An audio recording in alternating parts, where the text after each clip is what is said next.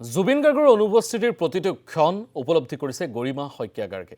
প্ৰিয়জনক হেৰুৱাৰ বেদনা গৰিমাতকৈ বেছি কোনে বুজিব। আকুলতাৰ সীমনাত আজি গৰিমা শইকীয়া গাৰ্গ।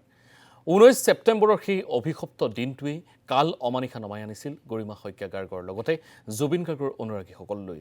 আজি মুক্তি পালে জুবিন গাৰ্গৰ সপোনৰ ছবি ৰৈ ৰৈ বিনালেৰ ট্ৰেইলাৰ মুকলি হোৱাৰ লগে লগে সামাজিক মাধ্যমত আৱেগিক পোষ্ট গৰিমা শইকীয়া গাৰ্গৰ। পোষ্টত লিখিলে, চোৱা গল্টি, তোমাৰ বহুত হেঁপাহৰ বহুত মৰমৰ ৰৈ ৰৈ বিনালে সাজু হৈ উঠিছে লাহে লাহে। তোমাৰ ইচ্ছা তোমাৰ সপোন সাকাৰ কৰিবলৈ তোমাৰ কথামতে সকলোৱে চেষ্টা কৰিছে কামবোৰ ভালকৈ কৰিবলৈ।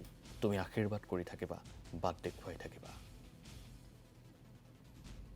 আমি এই মুহূৰ্তত সেই যি বিশেষ পোষ্ট সেই পোষ্টটো দেখুৱাইছোঁ।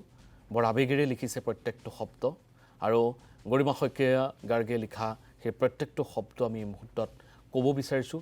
প্ৰথমেই লিখিছে যে চোৱা গল্ডি আৰু তেনেধৰণেই প্ৰথম আৰম্ভ কৰিছে কথাখিনি।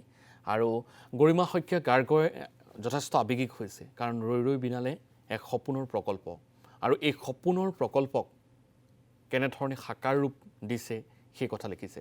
তেখেতে লিখিছে যে চোৱা গল্ডি, তোমাৰ বহুত হেঁপাহৰ বহুত মৰমৰ ৰৈ ৰৈ বিনালে সাজু হৈ উঠিছে লাহে লাহে। তোমাৰ ইচ্ছা তোমাৰ সপোন সাকাৰ কৰিবলৈ তোমাৰ কথামতে সকলোৱে চেষ্টা কৰিছে কামবোৰ ভালকৈ কৰিবলৈ। তুমি আশীৰ্বাদ কৰি থাকিবা, বাট দেখুৱাই থাকিবা।